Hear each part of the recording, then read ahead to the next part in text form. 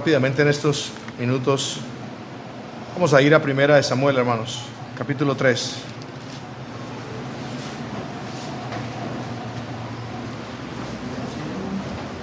Capítulo 3 de Samuel, no olvidando, hermanos, lo que está ocurriendo acá, que es importante saber y retomar el libro, cómo arrancó y de dónde vamos. Y arranca con una mujer que pensaba caprichosamente que su felicidad dependía de que tuviera un hijo, como a veces nosotros pensamos que nuestra felicidad depende de algo que nosotros querramos, pero que posiblemente no quiere Dios, y entonces eso nos hace infelices.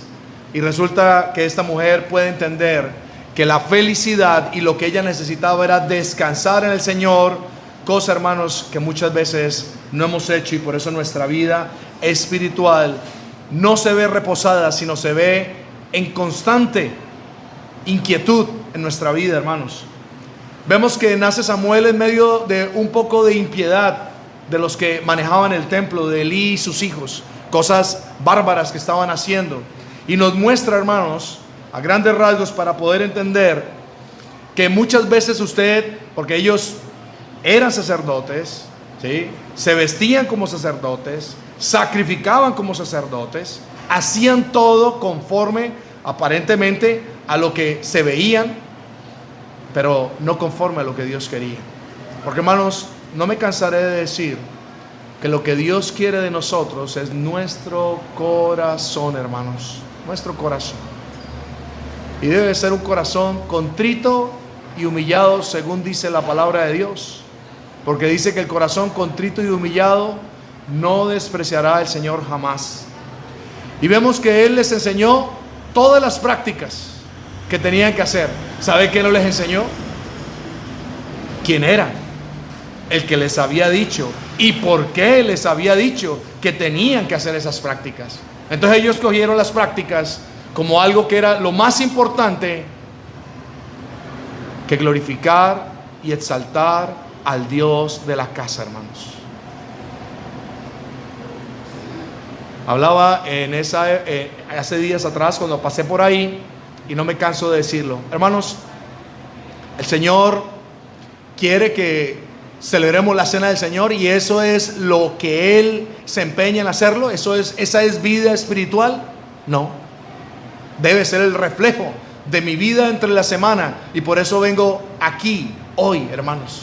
No puede ser que esto sea para demostrar mi vida espiritual. No, mi vida espiritual, hermanos, la demuestro en mi hogar, con mis hijos, con mis vecinos, en el trabajo, hermanos, por donde quiera que yo ande. Ahí se ve mi vida espiritual y lo que soy. Y eso, cuando lo hago conforme a la voluntad de Dios, me lleva a venir hoy aquí, a recordarle a Él. Y me encantaba lo que el Señor le puso al hermano Peter, que no venimos aquí para limpiar nuestros pecados. Qué hermoso. Según Hebreos, ya fueron limpiados. Venimos aquí, hermanos, es para recordar que Él hizo todo y que nos limpió. Y ahí va, y pareciera que todo es un desastre. Y, hermanos, quiero animar a que posiblemente, bueno, ¿quién iba a ayudar a todo este desastre? Y uno piensa, venga, Dios se durmió, ¿qué pasó? Y resulta que no fue de una persona distinguida, no fue de una persona honorable, sino de esta mujer, Ana, que Dios comienza a trabajar en su corazón, y de su corazón nace Samuel. Y ahí va Samuel, hermanos, creciendo. Y aquí está en el capítulo 3 y dice, versículo 1, el joven Samuel ministraba a Jehová en presencia de Elí, y la palabra de Jehová escaseaba en aquellos días, y no había visión con frecuencia. Ya hablé, pero quiero recordar, hermanos, porque me ha servido a mi vida mucho. El joven Samuel ministraba a Jehová en presencia de Elí. ¿Qué quiere decir? Que ministraba, que hacía cosas, ¿sí? O sea, que realmente hacía lo que Elí le decía. Venga, pero ese hombre tan impío, que Dios lo había dicho, no porque lo dijera Samuel o lo diga yo hoy en esta mañana, Dios había dicho así, que eran impíos, que eran pecadores. Pero, hermanos, aquí vemos a este joven Samuel, hermanos, ministrando delante de Elí a lo que Elí le decía, pero con una pequeña diferencia, y pareciera que fuera pequeña, pero es gigante, hermanos. Porque aunque le decía a Elí sus ojos estaban puestos en Dios. Hermanos, y eso es importante para nuestra vida, porque a veces ponemos nuestros ojos en los hombres y no en Dios. Y por eso lo único que asaltan, hermanos, es críticas y cosas destructivas que no ayudan ni edifican el pueblo de Dios. A mí me encanta, hermano, ese capítulo, porque no veo a Samuel diciendo una sola crítica para Elí. ¿Le cabían? Todas. Pero hermanos, cuando usted está bajo la visión y sirviéndole al Señor, hermanos, como el Señor Jesucristo lo podía decir en el Nuevo Testamento, que es que todo lo que hagamos de obra tenemos que hacerlo no para los hombres, sino para el Señor, hermanos. Entonces ahí está en presencia de Elí. Dice, y la palabra de Jehová escaseaba en aquellos días y no había visión con frecuencia. Y hermanos, puede haber muchas predicaciones como la que estoy dando hoy, pero si no es guiada por el Santo Espíritu de Dios, ¿sabe qué es? No hay palabra de Dios. Sencillamente así es de sencillo, hermanos, porque resulta que tiene que ser realmente por lo que Dios quiere hablar, no lo que se le dé la gana al predicador. Y eso tiene que ser muy importante. Y por eso dice, no había visión con frecuencia, no había realmente lo que Dios quería que nosotros hiciéramos, y eso es lo que ocurría en aquel momento. Dice, y aconteció un día que estando Elí acostado en su aposento, cuando sus ojos comenzaban a oscurecerse, de modo que no podía ver, Samuel estaba durmiendo en el templo de Jehová, donde estaba el arca de Dios, y antes que la lámpara de Dios fuese apagada. Y aquí quiero tomar dos cosas, hermanos. Samuel estaba durmiendo en el templo.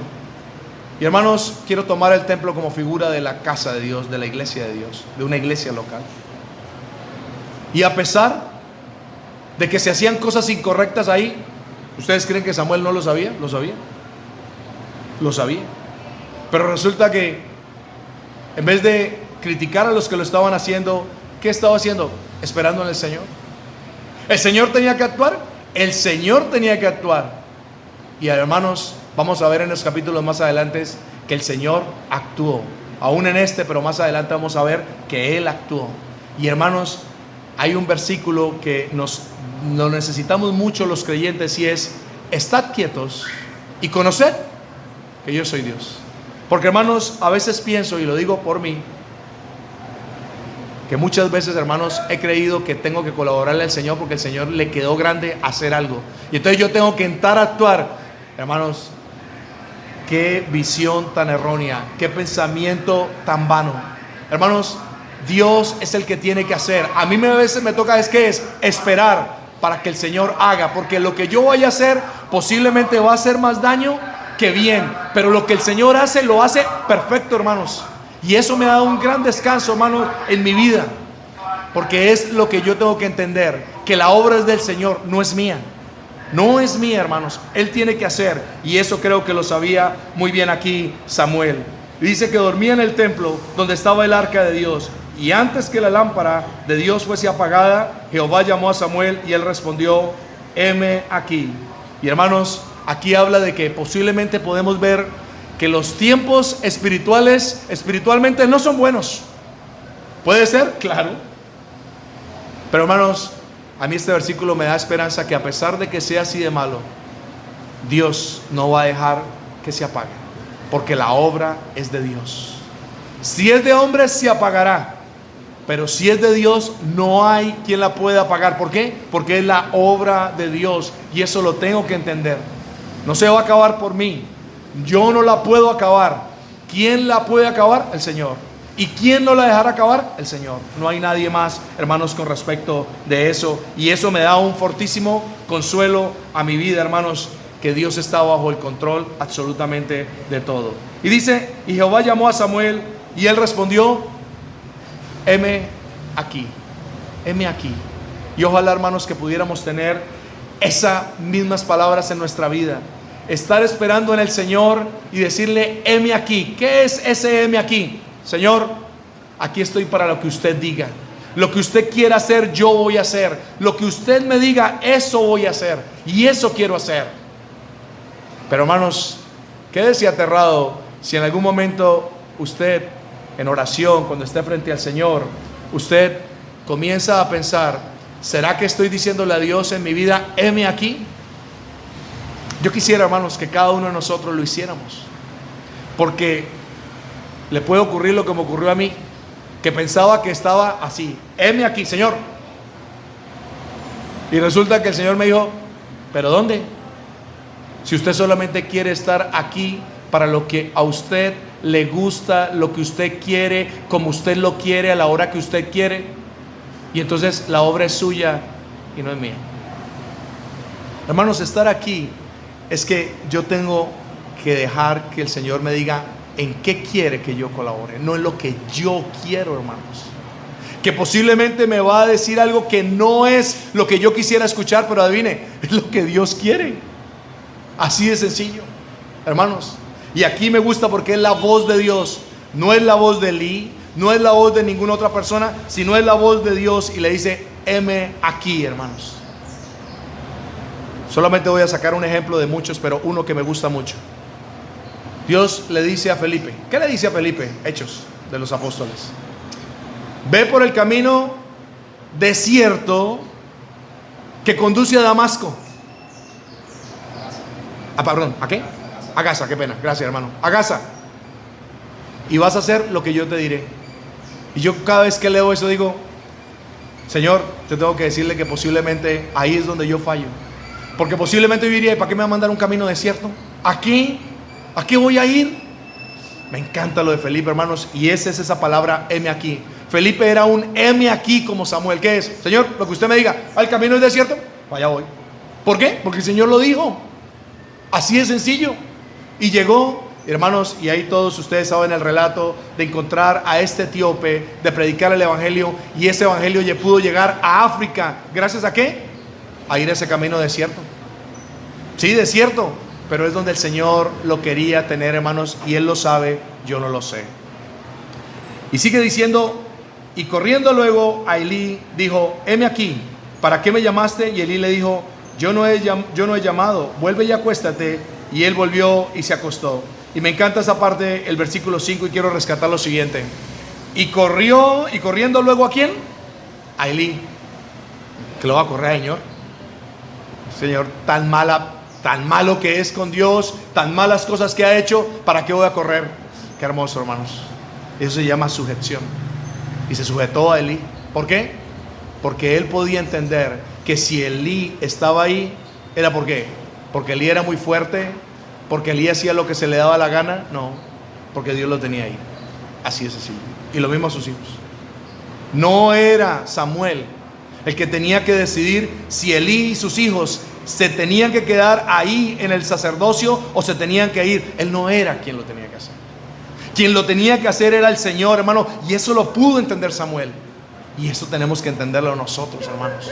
Porque hay que dejar que Dios haga la obra, porque nosotros la estropeamos. Si cada vez que yo he hecho algo que Dios no me ha enviado, he visto el resultado, y el resultado ha sido negativo, hermanos.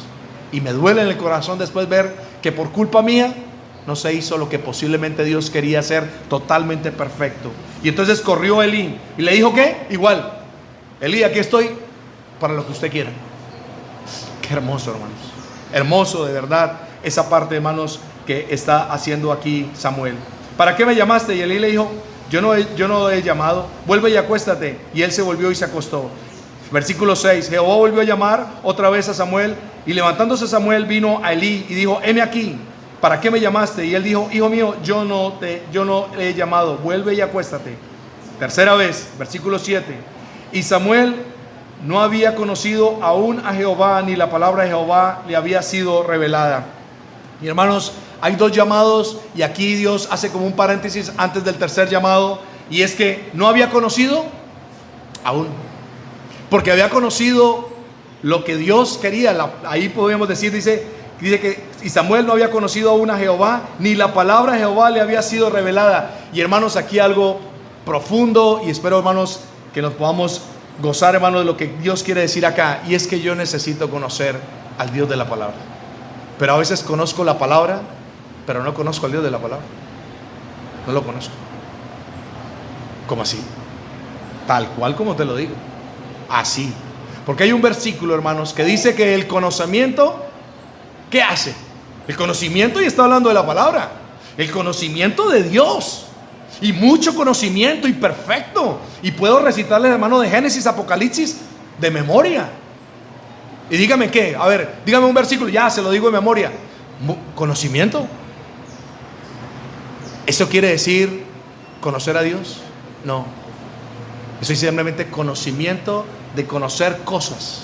Pero aquí este conocimiento está de conocer ese Dios que escribió esta bendita palabra.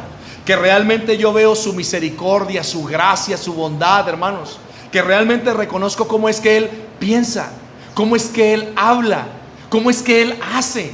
Hermanos, y hablando de mi Señor Jesucristo, dice que Él nos dejó ejemplo para que sigamos sus pisadas. Y de eso está hablando, de conocer al Señor de la obra. Y a veces conocemos mucho de la obra, hermanos, y conocemos de estructuras de obra, y conocemos de iglesias locales, y conocemos de muchas cosas, pero no conocemos al Señor, hermanos, de la casa. Y aquí, hermanos, hay una necesidad. Samuel no conocía todavía perfectamente en profundidad qué era lo que Dios quería. Realmente tenía muchas cosas. Sabía cómo sacrificar un cordero, sabía cuáles eran las vestiduras. Yo creo que hasta él las preparaba, yo creo que hasta las lavaba, yo creo que le servía, ayudaba, tenía los cuchillos afilados, mucho, tenía todo, conocía muchas cosas. Pero le hacía falta una cosa importante, y eso fue lo que sirvió mucho en la vida de Samuel. Y es que hasta que no conoció a ese Dios, hermanos, no hubo un cambio en su vida realmente bueno, que le llevó a hacer lo que pudo ayudar a Israel.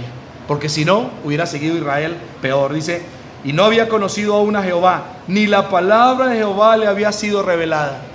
Y aquí hay algo importante, que yo puedo conocer la palabra de Dios. Pues, hoy la estoy leyendo. Pero no podemos olvidar, hermanos, que esta no es una letra muerta. ¿Cómo es? Yo puedo leer 100 años de soledad y ya, y lo leo la segunda vez y igual. ¿Y qué? Vuelvo y digo qué fue lo que ocurrió en 100 años de soledad. Y lo leo la tercera vez y nada. ¿Qué más nuevo le puedo sacar? Nada le puede sacar nuevo. Pero esta bendita palabra, hermanos, no es muerta, porque es palabra de Dios. Y hermanos, y a pesar de que están esas letras, detrás de lo que Dios ha escrito y se ha gastado el tiempo de escribir, detrás de eso hay una visión que Dios siempre quiere dar. Siempre quiere mostrar, y puede mostrar de un versículo cosas impresionantes. Escuchaba, nunca lo vi, pero escuchaba hablar de un hombre que de Juan 3:16 duró 2 meses hablando. 2 meses de ese texto. Y eso me enseña a mí ¿de qué? De que es una palabra profunda, que no es conocimiento. Ese hombre pudo hablar de Juan 3:16 2 meses. ¿Sabe por qué? Porque conocía al Señor de la obra. Porque si no lo hubiera conocido, simplemente podría decir lo que dice el texto y nada más. Simplemente podría durar 10 minutos y se acabó el tema. Pero cuando usted conoce al Señor de la obra, el Señor de la obra le revela a usted lo que Él quiere que usted diga de ese texto, y lo que Él quiere que realmente las personas escuchen. Y esto tiene que ser, hermanos, los que nos paramos aquí, porque es supremamente delicado y solemne, y es que podamos decir lo que el Espíritu Santo de Dios quiera decir, no lo que yo quiera decir, porque me gusta, porque quiero. No debe ser así. Versículo 8 dice, y Jehová pues llamó la tercera vez a Samuel, y se levantó y vino a Elí, y dijo, heme aquí, ¿para qué me has llamado? Entonces entendió Elí que Jehová llamaba al joven. Y me encanta que lo llama 3 veces, y en ninguna de las 3 veces está diciendo, qué viejo tan cansón, ¿sí o no? Qué pereza. Por harto le dio la vejez a Elías, sino por llamarme, y fuera eso decirme, me llama y se le olvida. Yo no lo veo. No lo veo que está echándole la culpa a Elí. No veo que diga que Elí tenía algo que ver. Veo que siempre las 3 veces, y me encanta, hermanos, si quisiera, ¿qué le dijo? Heme aquí. De buena forma y de buena manera, hermanos, heme aquí. Y aquí dice que, entonces dice, y Elí entendió, que Jehová le llamaba al joven. Y dijo Elí a Samuel, ve y acuéstate, y te llamaré y dirás, habla Jehová, porque tu siervo oye. Así se fue Samuel y se acostó en su lugar. Verso 10. Vino Jehová y se paró y llamó como las otras veces, Samuel, Samuel. Entonces Samuel dijo, habla, porque tu siervo oye. Y aquí está algo hermoso, hermanos. Habla, ¿por qué? Porque tu siervo. Siervo, hermanos, es otra palabra que quisiera, hermanos, que nos lo grabáramos como creyentes. Y un siervo es alguien que ha sido comprado, y hemos sido comprados a precio de la sangre de Cristo. Qué triste es cuando creemos que todo lo que tenemos, la camisa es mía, el reloj es mío, mis zapatos son míos. ¿Qué es de nosotros, hermanos? ¿Qué es? Que no nos lo haya dado el Señor. Porque si decimos que esto es nuestro, estamos desconociendo, hermanos, que Él es el proveedor. ¿Para qué necesitamos a un Salvador si todas las cosas son mías y yo las consigo? Pero cuando creo, hermanos, que lo que yo tengo, nada me pertenece, sino todo me lo ha dado el Señor, hermanos, las cosas cambian. Porque comienzo a entender que soy simplemente un administrador, que simplemente, hermanos, no tengo ningún derecho. ¿Qué derecho tengo? De obedecer, de querer buscar del Señor, hermanos. Un siervo no tenía, y me gusta esto, hermanos, que creo que es muy necesario hoy en día en la obra de Dios. Y es que cuando el Señor nos permite hacer algo para Él, qué bueno, hermanos, poder tener a la luz de esto siervos inútiles. Lo que debíamos hacer, eso hicimos. Porque no somos más que eso, hermanos. Siervos inútiles. Escasamente podemos servirle al Señor, porque a veces, hermanos, hay unas grandezas en nuestro corazón que ojalá nunca ocupen ese espacio, porque ahí perdemos toda la visión del Señor. Y este cuerpo está muy dado siempre, hermanos, a la exaltación, al orgullo, a la soberbia. Y, hermanos, hay una necesidad de poder decir: habla, porque tu siervo oye. Un siervo sin voluntad, queriendo, sin prejuicios de nada, queriendo hacer la voluntad del Señor. Verso 11, Jehová dijo a Samuel: he aquí, yo haré yo una cosa en Israel, que quien la oyere le retiñirán ambos oídos. Aquel día yo cumpliré contra Elí todas las cosas que he dicho sobre su casa desde el principio hasta el fin, y le mostraré que yo juzgaré su casa para siempre por la iniquidad que él sabe, porque sus hijos han blasfemado a Dios y Él no los ha estorbado. Y quiero ver aquí varias cosas que son muy solemnes, hermanos. He aquí, versículo 11, una cosa en Israel, que a quien lo oyere le retiñirán ambos oídos. Y, hermanos, hay veces que Dios nos dice cosas que no nos gustan, pero que tengo que tener cuidado y evaluar por qué no me gusta. ¿Cuál es la razón por la cual no me gusta? Porque, hermanos, voy a hablar por mí. Me di cuenta que muchas cosas no me gustan. ¿Y sabe por qué? Porque siempre las he hecho así. Y entonces por eso ya. Porque, hermanos, cuando me he ido a la Escritura, ¿sabe qué me he dado cuenta? Que Dios no estaba diciendo eso. Pero yo aseguraba, como dice por ahí, comía y mataba del muerto, de que así eran. Y qué triste fue, hermanos, saber que Dios no lo dice de esa manera, que no es así. Y pude entender, hermanos, que eso lo había aprendido de otras personas y no como está mostrándonos en esta mañana Samuel. ¿Qué es? Samuel, habla porque tu siervo oye. No. Yo no quería oír, yo quería oír lo que otros me habían dicho sin ir a la palabra. Y quiero unirlo aquí, aunque el tiempo se me fue, con un pensamiento, hermanos, que está en Hechos de los Apóstoles. Que los de Berea eran más nobles. ¿Por qué eran más nobles? Porque iban a la Escritura a ver. Ay, no, pero era el apóstol Pablo. Qué desgraciados. ¿Cómo van a tomar en poco? El apóstol es el apóstol y usted va a ir a las Escrituras. Sí, Señor. Porque aunque era el enviado del Señor, no era la palabra de Dios. La palabra de Dios es una, hermanos. Aquí no hay apóstoles. Y eso es importante. No imagina lo difícil que fue para mí cuando critiqué duramente y cuando me fui a la palabra. No, es que yo nunca lo he dicho. Me dijo el Señor, yo no lo he dicho así como usted lo dice.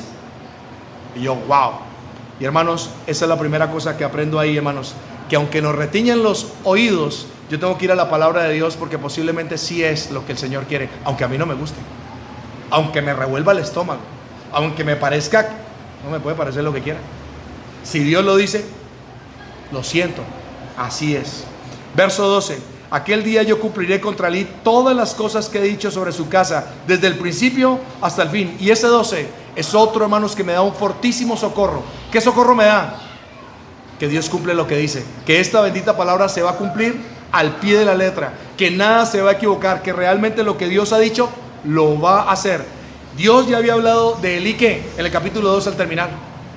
Y aquí nos habla, hermanos, de que, ojo, tengamos mucho cuidado, porque Dios había hablado en el capítulo anterior, pero nada había ocurrido, y pareciera que nada ocurriera, pero nada ocurrió. Sí, hermanos, cuando vamos al capítulo 3, al finalizar, hermanos, al capítulo 4, perdón, al finalizar, vamos a ver que Él cumple exactamente esto que estaba hablando, que lo había dicho en el 2, que lo repitió en el 3 y que lo cumplió. Elí y sus 2 hijos mueren en un solo día, como tal cual como lo había dicho. Y hermanos, eso me da a mí a entender que lo que Dios dice en su palabra se va a cumplir, porque Él es Dios, el Dios todopoderoso, y eso me tiene que causar tranquilidad a mí, para estar reposado en mi vida. Verso 13, y le mostraré que yo juzgaré su casa para siempre, por la iniquidad que él sabía, hermanos. Dice, porque sus hijos han blasfemado a Dios y Él no los ha estorbado. Me encanta ese versículo 3, hermanos, y sobre todo para los que somos padres, porque a veces pareciera, hermanos, y lo voy a unir con un dicho que tenía mi suegro, y decía que yo no puedo impedir que los pájaros vuelen sobre mi cabeza. Usted no puede impedir eso. Vuelan, no puedo hacer nada. Pero sí hay una cosa que yo puedo hacer como padre de familia de mi casa, que es que ellos hagan nido en mi cabeza. Porque usted no puede impedir muchas cosas que sus hijos van a hacer, porque ellos tendrán que tomar decisiones como usted tiene que tomar decisiones. Y a veces ha tomado decisiones que han sido, ¿qué? Erradas. Y ellos también tienen que tener ese mismo libre albedrío. Y de hecho Dios nos ha permitido libre albedrío a nosotros. Y nos da la decisión para tomarla. Y ellos tendrán que tomarla. Y eso es lo que está diciendo. Dice, porque termina diciendo el versículo, porque han blasfemado a Dios y Él no se lo ha impedido. ¿Dice que no se lo ha impedido? No. Porque Él no lo podía impedir, pero sí los podía estorbar. Sí podía haberlos estorbado, sí podía haberlos exhortado, sí podía haber tomado decisiones. Pero ¿sabe qué? No, porque le gustaba lo que sus hijos tenían y lo que les daba. Es más adelante vamos a ver en el capítulo 4 que él muere desnucado, y dice, ¿por qué murió desnucado? Era gordo. Entonces ocurría que yo creo que los niños, los bebés que él tenía, resulta que quitaban la carne y se la daban al papá. Entonces pues si les estorbaba, pues él mismo se perjudicaba. Pero también hay un versículo para eso. ¿Quién es aquel que jurando en daño suyo no por eso cambia, hermanos? Y ojalá que eso siempre lo tengamos. No importa, hermanos, que nos hagamos daño en las decisiones, pero hay que tomarlas. ¿Por qué? Porque Dios lo dice, no porque yo lo quiera o porque no me gusta. Dice, por tanto he jurado la casa de Elí, que la iniquidad de la casa de Elí no será expiada jamás, ni con sacrificios, ni con ofrendas. Y ese versículo 14, hermanos, si lo pudiéramos entender, temblaríamos frente a él. Y es algo aquí interesante. El hermano Peter habló esta mañana de Hebreos, que todos nuestros pecados han sido perdonados. ¿Eso es verdad? Totalmente la verdad. Entonces quiere decir que si hoy peco, Cristo ya pagó por ellos. Pero hermanos, aquí lo que está diciendo es que hay pecados, que las consecuencias con la obra de Cristo no se quitan. No se quitan. Siguen. Entonces me explico. Hermanos, si yo hoy le soy infiel a mi esposa y hoy me acuesto con alguien y me arrepiento porque, no sé, y puedo echarle la culpa a la muchacha que me desnudó y, mejor dicho, yo no quería, pero pues ella hizo todo, podría decir, porque así nos engañamos. ¿Qué ocurre? ¿Me puedo arrepentir? Claro. ¿Y puedo pedir perdón? Claro. ¿Y mis pecados fueron perdonados? Claro, Cristo los pagó en la cruz del Calvario. ¿Pero el embarazo de la muchacha o de la mujer se quita? No. ¿O posiblemente que muera de SIDA se quita? No. ¿O que sea una vergüenza y, hermanos, los afecte a todos los que están aquí en esta mañana, que son mis hermanos de esa asamblea local, se quita? No. No, hermanos, porque eso no va a ocurrir. Y hay pecados de pecados, hermanos, y tenemos que tener cuidado con eso, porque hay pecados, hermanos, que por más que querramos devolverlos, no se van a quitar. Van a seguir sus consecuencias y tenemos que saber que así es, y ojalá que tengamos cuidado con eso. Versículo 15, y con esto, hermanos, voy a terminar. Dice, y Samuel estuvo acostado hasta la mañana y abrió las puertas de la casa de Jehová, y Samuel temía descubrir la visión a Elí. Y con esto termino, hermanos, porque es algo Tremendo esto. Dios le revela a Samuel lo que iba a hacer. Y hermanos, de muchos de nosotros, ¿sabe qué hubiera ocurrido? Y estoy hablando por mí. Me hubiera alegrado. Por fin Dios va a hacer algo. Maldito Elí, por fin le va a caer todos sus pecados. Todo lo que ha hecho, Dios lo va a cobrar. Hermanos, necesitamos tanto de Samuel, hermanos. Tanto. ¿Eso hizo él? Yo no lo veo. Es más, posiblemente si a Jairo Gallo no fuera Samuel, sino hubiera... Y Jairo le reveló, y cuando le reveló, ¿sabe qué? Yo voy y levanto a Elí y le digo: papi, le llegó tu hora. Y le canto la tabla de una vez. ¿Para qué? Para que sepa lo que le va a ocurrir. Claro, porque me da satisfacción de saber todo lo mal que ha hecho y nada pasa. Y yo necesito que es que venga. ¿Cómo es que va a cambiar esto? Y gracias a Dios que yo no era Samuel. ¿Y Samuel qué dijo? Se quedó dormido esa noche. Él no fue a levantar a nadie. Durmió, y eso dice el que dice, se quedó acostado ¿qué? Hasta la mañana. La parte que sigue: y abrió las puertas de la casa de Jehová. Y aquí quiero hablar del pasado de Elí y del futuro de Elí, del presente que está viviendo ahí. Y el pasado, hermanos, ¿sabe qué me conmueve de Samuel, hermanos? Que a pesar de ver la impiedad que había, de lo que hacían los hijos de Elí, que Elí no los corregía, que todo estaba mal, ¿sabe una cosa? Él siguió ministrando en la casa de Dios. Él siguió lavando las ropas, o lo que le digo, siguió barriendo este templo, siguió abriendo las puertas. Y hay veces que yo como creyente, ¿sabe qué? ¿Yo qué voy a hacer aquí? Aquí no hay nada para hacer. Yo no voy a hacer nada. Lo vemos en Samuel. Me encanta, dice que abrió las puertas. Él seguía, hermanos, porque es que esto no es de hombres. Porque si esta congregación es de hombres, aquí estamos perdiendo el tiempo nosotros, hermanos.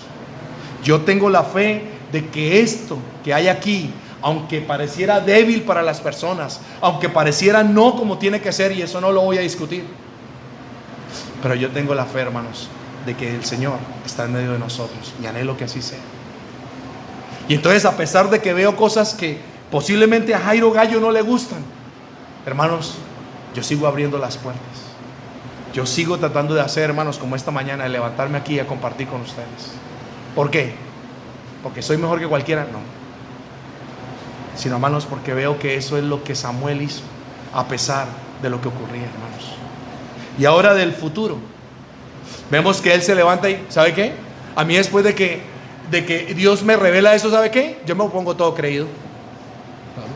¿Yo qué voy a abrir las puertas? ¿Sí o no? Claro. Dios me está revelando. Imagina, a nadie le había revelado, era a Samuel que le había revelado. ¿Y sabe qué? Yo me pongo todo creído que la hora Elí, al fin que va a morir. Yo lo que la hora hoy. Eso hizo él. Mano, me encanta su humildad. Su vida continuó como si nada ocurriera. Tal cual, hermanos. Abrió las puertas como siempre lo hacía. Dice ahí, abrió las puertas de la casa de Jehová. Y hermanos, ojalá que nosotros, a pesar de las circunstancias, abramos las puertas de esta casa, hermanos, y no que en nuestro corazón las querramos cerrar. No debe ser así, hermanos. Y termina diciendo, y esto sí todavía me pega más duro: y Samuel, ¿qué? Estaba feliz. ¿Cómo puede estar uno feliz, hermanos, con la desgracia que le va a ocurrir a otro? ¿Cómo puede ser uno feliz con que otro hermano esté haciendo algo indebido? ¿Cómo puedo ser feliz? Puede haber felicidad, hermanos. Y dice, y Samuel temía descubrir la visión a Elí. Y hermanos, vamos a ver en el versículo que sigue, que ¿sabe qué? Le dijo la visión porque Elí le conjuró, le hizo. No me tiene que jurar que lo que usted me va a decir es la verdad. ¿Por qué? ¿Por qué? Porque a Samuel le dolía lo que iba a tener que escuchar Elí. Hermanos, nos tiene que doler cuando a veces, hermano, hay que hablar con creyentes y decirles lo mal que están haciendo, hermanos. Eso tiene que ser un dolor. No puede ser un triunfo. No puede ser una alegría. No puede ser así, hermanos. Me encanta, hermano Samuel. Vuelvo y digo, ojalá que nuestras vidas se pudiera parecer mucho a la vida de Samuel. porque vamos a ver todo lo bueno que le trajo el pueblo de Israel. Y hermanos, si disponemos nuestro corazón, sin lugar a dudas vamos a traer muchas cosas buenas al pueblo de Dios, donde quiera que estemos, donde quiera que el Señor nos envíe o estemos, ahí vamos a ser útiles. De resto, hermanos, no veo cómo podamos ser útiles en una asamblea local o donde quiera que nos encontremos, hermanos. Amado Padre, te damos gracias en esta mañana por tu Hijo amado, el Señor Jesucristo. Gracias, Padre, por tu amor, tu gracia, y gracias por haber podido recordar a nuestro Redentor. Padre, gracias por tu bendita palabra, tan dura, Padre, tan dura porque personalmente lo tengo que decir, me humilla en mi corazón. Padre, perdóname y perdónanos si a veces hemos actuado no como Samuel, si hemos actuado de una manera totalmente diferente. Padre, ayúdanos a estar siempre presentes, a poderte decir, heme aquí, o poder decir, habla, porque tu siervo oye. Padre, ayúdanos a tener un oído que querramos escuchar tu palabra, no lo que nosotros querramos escuchar. Padre, ayuda a cada uno de los creyentes, Padre, de tus hijos, que posiblemente, como en la condición de Elí, ya hay un dictamen de lo que va a ocurrir. Y Padre, que nos guardes, que en nuestro corazón haya algo de alegría, porque un creyente haya caído, porque esté mal, porque esté haciendo algo indebido. Padre, ayúdanos a tener antes misericordia, a preocuparnos, a poder ser como el apóstol Pablo. ¿Quién se enferma y yo no enfermo? ¿Quién? Padre, perdónanos cuando hemos sido tan indiferentes con nuestros queridos hermanos, con los que vamos a compartir por tu gracia y tu misericordia una eternidad en los cielos. Padre, ayúdanos a ser como nuestro bendito Salvador, como tu Hijo amado, que tenía tanta misericordia, tanta gracia, que jamás hablaba para herir, que jamás dijo algo, Padre, gloriándose o ufanándose, siendo tu Hijo amado, sabiendo que lo que pudiera hablar era palabra tuya. Padre, danos la visión, danos el deseo de seguir sus pisadas. Padre, te damos gracias y te queremos rogar por los niños que recibieron también la clase, por los jóvenes que recibieron la clase, que tú seas haciendo la obra en ellos. Así nos abandonamos en tus manos, en el bendito nombre de tu Hijo Jesucristo. Amén. Hermano.